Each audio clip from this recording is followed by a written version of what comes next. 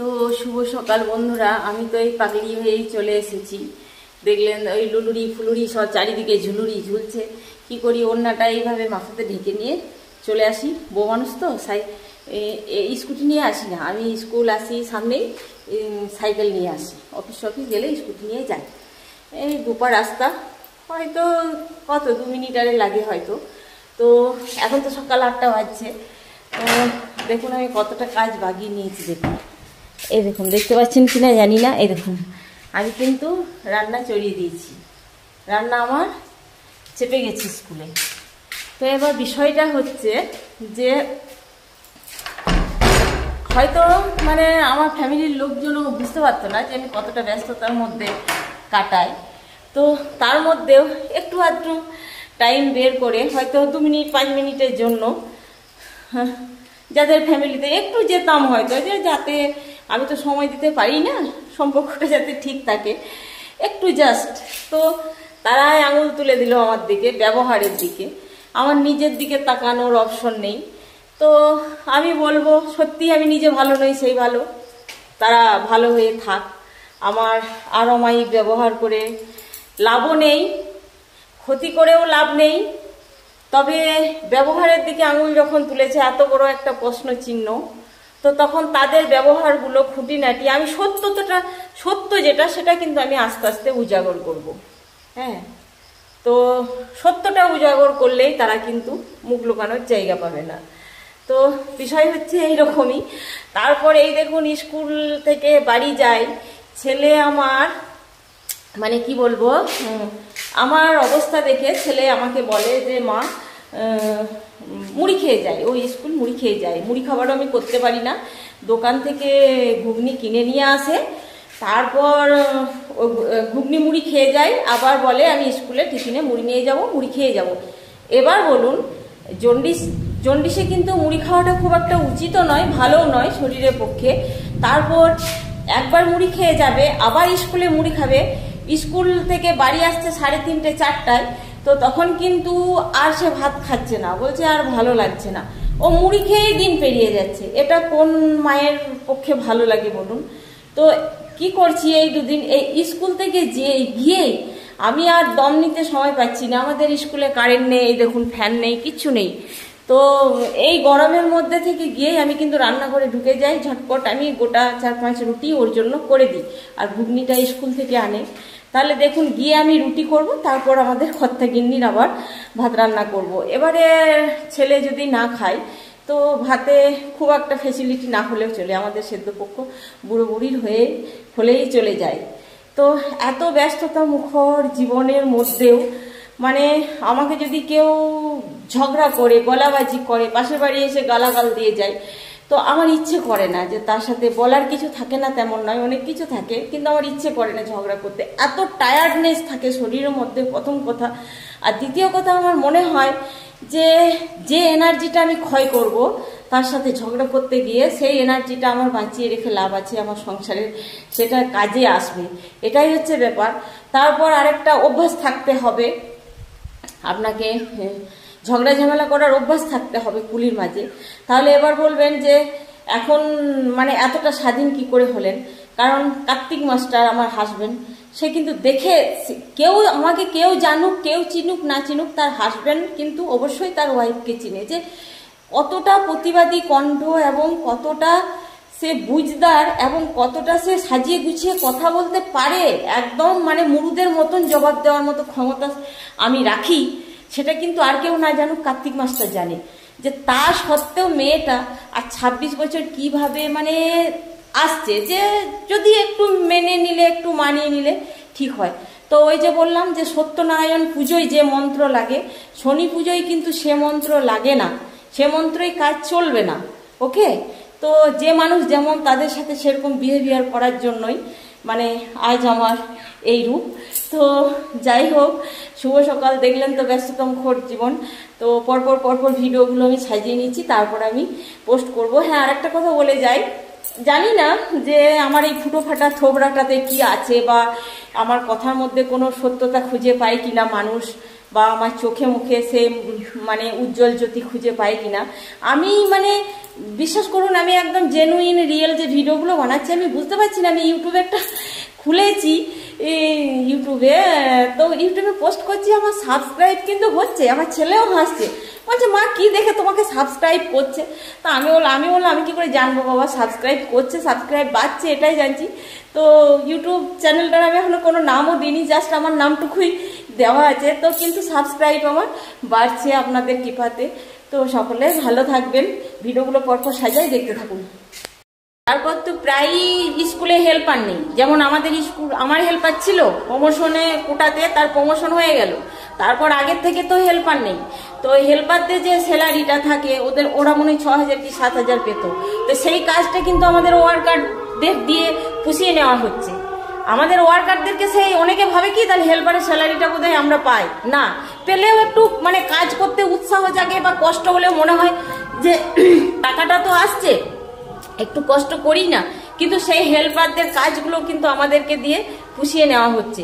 তো অনেক অনেক ব্যাপার আছে, তো ভিতরের ব্যাপার কেউ বুঝতে চায় না। আজ বাইরে বৃষ্টি হচ্ছে, তো স্কুলে খাবার আমি বসিয়ে দিয়েছি, দেখতে পাইছি তো, দেখতে পাইছি। তো এখন সরকার একটা সিস্টেম করেছে যে ইকেওয়াইসি ফেস লক। তো ফেস লক যে করব মানুষের, তো সেখানে আমি ফেস দেখতে পারবো, তারপর আমি খাবারটা দিতে পারবো।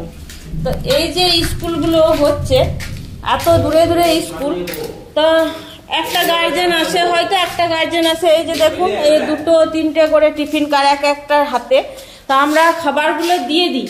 তো ফেস লক করে দিলে মানুষ হয়তো দিন আনে দিন খায়, দিন মজুর খায়, তার সেইটুকু ইনকামের মধ্যে তার সংসার চলে। তো সেই একটা ডিমের আশাতে কি সে ফেস লক করার জন্য সে নিজের রোজগারটা মায়ে জমা রাখবে? তার আরো স্বামী স্ত্রী আছে, আরো সন্তান আছে, তারা কিভাবে খাবে তারা? এই যে ইকেওয়াইসি এটা চালু হচ্ছে, জানি না সরকারের মাথাতে কি আছে, মানে সরকার পাগল না আমরা পাগল আমরা বুঝতে পারছি না।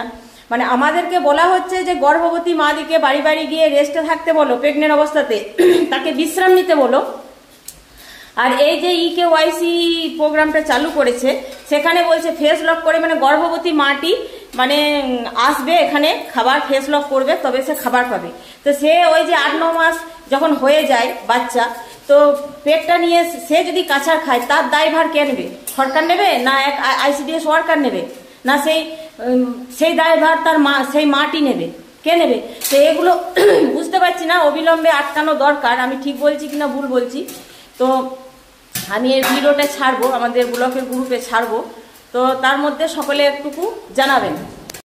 আর এই যে এত সব ঘটনা এত সব ঘটছে, এর জন্য কিন্তু দায়ী কিন্তু আমরাই, কারণ আমাদেরকে ফোন দেওয়ার কথা ছিল, ওকে ফোন তো দেয়নি। আমরা যদি তখনই বলতাম যে আমরা আগে হাতে ফোন পাবো, তারপর আমরা পোষণ টাকারের কাজ শুরু করব, কিন্তু আমাদেরকে কি বলা হলো যে আপনারা এখন কাজটা শুরু করুন, পাশের বাড়ি যার ফোন আছে তার ফোন নাম্বার দিয়ে শুরু করুন, অথবা একটা ফোন নাম্বারে 5টা করে বাচ্চার নাম সেভ হবে, সেটা করুন।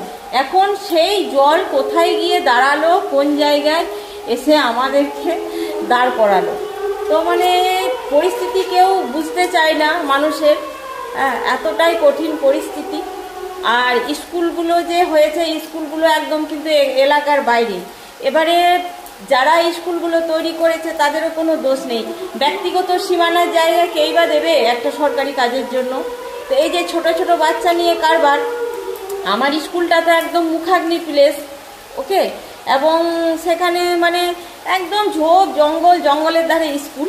তো এখানে বাচ্চা আসা প্রচণ্ড অসুবিধা, কিন্তু গার্জেনরা আসে, অভিভাবকরা আসে, বাবা মায়েরা আসে, অ্যান্ড কিন্তু সুপারভাইজাররা কিন্তু এসে ছড়ি ঘোরাতে ছাড়ে না। বাচ্চা কই, খাবার ঠিক আমার চলে যাচ্ছে, একজনের হাতে 2, 4, 5টা টিফিন কার্ড, খাবার ঠিক আমার চলে যাচ্ছে। তো আমরা মানে এইদিকে গেলে মানে খাল, আর এইদিকে গেলেও মানে আমাদের মৃত্যু, মানে কোন দিকে দাঁড়াবো আমরা আইসিডিএস ওয়ার্কাররা, আমরা এখন বুঝতে পারছি না। যে আর আমাদের এখন কোনো ছত্র ছায়াও নেই যে আমাদেরকে কারা সাপোর্ট করবে কারা করবে না, আমরা সেটাও বুঝতে পারছি না। তো সরকার আমাদেরকে যেখানে বলছে যে গর্ভবতী মাদেরকে ডোর টু ডোর গিয়ে বলো যে বিশ্রাম নিতে, তাদেরকে এত ঘন্টা বিশ্রাম নিতে হবে, রেস্টে থাকতে হবে, আবার সেই সরকারই বলছে যে ফেস লক করে খাবার দিতে হবে। তো সরকারের একটা নির্দেশ মানতে গেলে আরেকটা নির্দেশকে উল্লঙ্ঘন করতে হয়। তো সত্যিকারের বলতে গেলে ICDS পরিষেবাটা কিন্তু মানে একটা মানে এখানে কোনো বাধ্যতামূলক ছিল না, এখানে মানবিকতার খাতিরে পরিষেবাটা দেওয়া হয়েছে। এখন কোথায় গিয়ে দাঁড়াবে আমরা কিছুই জানি না। তো এই যে ফেস লক, EKYC এগুলো মানে অবিলম্বে বন্ধ হলে মানে জনসাধারণ বঞ্চিত হবে। একটা কাজে যখন আমরা ঢুকে গেছি, হয়তো আমাদের কাজ কেউ আর ছিনিয়ে নিতে পারবে না, আমাদেরকে হয়তো বলবে প্রি প্রাইমারি সংলগ্ন তোমরা এখানে এই কাজটা করো। কারণ কি হবে, এই যে ফেস লক আমি হয়তো 50 জনের খাবার করেছি, কিন্তু হয়তো সার্ভার প্রবলেম, নেট প্রবলেম, বা কারো ফোনের সিম হারিয়ে গেছে, বা কেউ রিচার্জ করাতে পারেনি, বা কারো গার্জেনের ইনকামটুকুর মধ্যে সংসার চলে সে আসতে পারেনি, সে সেখানে গেছে। তাহলে কি হবে, 50 জনের খাবার রেডি করে দিদিমণিরা বসে থাকবে, হয়তো 5 জনের ফেস লক হবে, সে 5 জনেরই বিল পাবে। তো একটা দিদিমণি কতদিন এরকম চালাতে পারবে? অবিলম্বে সে খাবারটা বন্ধ করবে। সরকারের সেটাই মানে মন মানসিকতা কিনা জানি না, বুঝতেও পারছি না। তো এটাই চাইছে, হয়তো একটা ন্যূনতম সংখ্যায় দাঁড়াবে, তখন বলবে এই প্রকল্পের আর দরকার নেই, তখন হয়তো আমাদের কাজটা যাবে না, আমাদেরকে কোথাও না কোথায় মানে সেটিং করে দেবে। ওকে, নতুবা এই যে হেল্পার রিকুইজিশন হচ্ছে না, কিছু না, কেন হচ্ছে না এতদিন ধরে? তো জনসাধারণ বঞ্চিত হবে, যে খাবারটা জনসাধারণ পাচ্ছিল। কেউ হয়তো রোজ একটা করে যে ডিম খাচ্ছিল তারা গর্ভবতী মায়েরা, তো এই জনসাধারণ অনেক বঞ্চিত হয়ে যাবে। তো এই বিষয়টা নিয়ে আমি রিকোয়েস্ট করব যে সরকারের কাছে যে একটু ভেবে দেখার বিষয়। ICDSটা তৈরি হয়েছিল মানবিকতার খাতিরে, এখানে কোনো রাজনীতিগত বা কোনো সরকারগত মানে কোনো মাথাচাঁদা এখানে ছিল না। তো একটু জনসাধারণের দিকটা ভাববার জন্য অনুরোধ করব। তো এই বৃষ্টির মধ্যে এই মারা তুমি আসে, বাড়ির গার্জেনরা আসে, খাবার নিয়ে যায়, আর এই কীরকম সিস্টেম করছে তারা। ঠান্ডা মাথায় একবার একটা বিল পাস করে দিচ্ছে। আমরা জ্বালানি পাই বেনিফিশিয়ারি অনুপাতে, কেউ 19 টাকা, কেউ 21 টাকা, কেউ 23 টাকা। হ্যাঁ, তো এই বৃষ্টির মধ্যে যাচ্ছে সব। তো এগুলো গর্ভবতী মাদের আসা সম্ভব? আর বেনিফিশিয়ারি অনুপাতে যে জ্বালানিটা দেয়, এই যে এত বড় বড় হাঁড়িগুলো, ওই বড় বড় চুলোগুলো, হ্যাঁ, মোটামুটি 5 কিলো 8 কিলো কয়লা পুড়ে যায়। সেখানে আমাদেরকে জ্বালানি দেওয়া হয় ওই যে বললাম বেনিফিশিয়ারি অনুপাতে, যার যেমন বেনিফিশিয়ারি 19 টাকা, কাউকে 21 টাকা, কাউকে 23 টাকা। তো সেই টাকাটুকুর মধ্যে আমরা কয়লা কিনছি কখনো 6 টাকা কিলো, কখনো 8 টাকা কিলো। হ্যাঁ, তো কয়লার তো এরকম দাম আছেই। তারপর ধরুন আমাদেরকে সরকার ডিম দেয় 6.5 টাকা, ওদের ফিক্স রেট। একবার এসি রুমে বসে মানে ওনারা বিল পাস করে দিয়েছেন, কিন্তু দেখবেন ডিসেম্বর মাসে যখন কেক টেকে তৈরি হয় তখন কিন্তু ডিমের দাম প্রচণ্ড হাই থাকে, একটা ডিম 8 টাকা পিস কিনতে হয়, কিন্তু আমাদেরকে সরকার 6.5 টাকায় দেয়। ওকে, তারপর কি বলবো, যে ওই 19 টাকা 21 টাকার মধ্যে কিন্তু আমাদেরকে হলুদটাও কিনতে হয়। তারপর 30 টাকা পণ ঘুটো, তারপর 100 টাকা লিটার কেরোসিন। আমাদের তো গ্যাসের কোনো কারবার নেই। তো তারপর স্কুলে এসে যে খাবারটা চড়িয়ে দেবো তার তো নেই, সবসময় 8 ঘন্টা আমাদের এক্সেস দিতে হয় এখানে, কেননা আখাটা চুলোটা ধরতে 8 ঘন্টা টাইম লাগে। ওকে, তো অনেক ব্যাপার। আমাদের সবজি বিল মানে সবজির পয়সা দেয় কত করে জানেন? 11 পয়সা। 11 পয়সা। আর ভাতের দিন ওই যে অনেক মারা বলে ঝোলটা দিও গো, আলু দিতে হবে না। তো একটা এরিয়াতে প্রেগনেন্ট মা হয়তো কারো 5টা আছে, কারো 7টা, 84 পয়সা করে ওই মাটুকু, আরো আদার্সদের নেই। তাহলে ওই 5 জনের 84 পয়সা, তার মধ্যে আলু কিনুন, মশলা কিনুন, পেঁয়াজ কিনুন, হলুদ কিনুন, বুঝুন।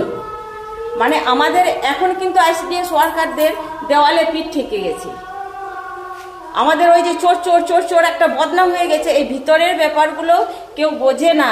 আমরা মানে এই নিচের কাপড় জয়েন করে আমরা বুক ঢাকা দেব, না বুকের কাপড় জয়েন করে আমরা নিজেদের নিচে ঢাকবো, মানে এইরকম আমাদের পরিস্থিতি। আমাদের পরিস্থিতিটা কেউ বোঝার চেষ্টা করে না। তো এই তো বৃষ্টির মধ্যে মানে প্রচণ্ড অসুবিধা জনসাধারণের। তো ফেস লক হলে আরও কত অসুবিধা হবে আমরা বুঝতেই পারছি না। হ্যাঁ, একটা প্রেগনেন্ট মহিলাকে কি করেই বা বলবো এই ছেলে কুলে নিয়ে আসতে, মানে প্রচণ্ড মানে বিশাল ব্যাপার হয়ে যাবে। জানি না এটা শেষ পর্যন্ত কোথায় গিয়ে দাঁড়াবে। তো হ্যালো বন্ধুরা, আমার জীবন তো প্রচণ্ড ব্যস্ততম ঘোর, বৃষ্টি তো চলেই এলো। তো আমি এখন এক কলসি, এই যে ভাঙা কলসিটা দিয়ে এক কলসি জল নিতে এসেছি। ভিজে যাবো কিনা জানি না, তো বুঝতে পারলাম না। তো বুঝতেই পারছেন যে আমার ঘরে বাইরে সবসময় মানে আমি প্রচণ্ড ব্যস্ত। এমনি তোরা চল বলতে চল চল, আমি যাচ্ছি। বাচ্চারা আসছে খাবার নিতে। বন্ধুরা, স্কুল তো আমার শেষ হলো, প্রায় 11টা বাজে, কিন্তু আমি বাড়ি যাব তো যাব কি করে? চারিদিকে অন্ধকার, মেঘ করে এসেছে, কিন্তু বাড়ি আমাকে যেতেই হবে। হ্যাঁ, কিন্তু আমি আবার একটা ক্যারি প্যাকেটের চিপটাও আনিনি যে ফোনটা ভরে নেব, ফোনটা তো আমার ভিজে যাবে। বাড়িটা যাই আমি কি করি।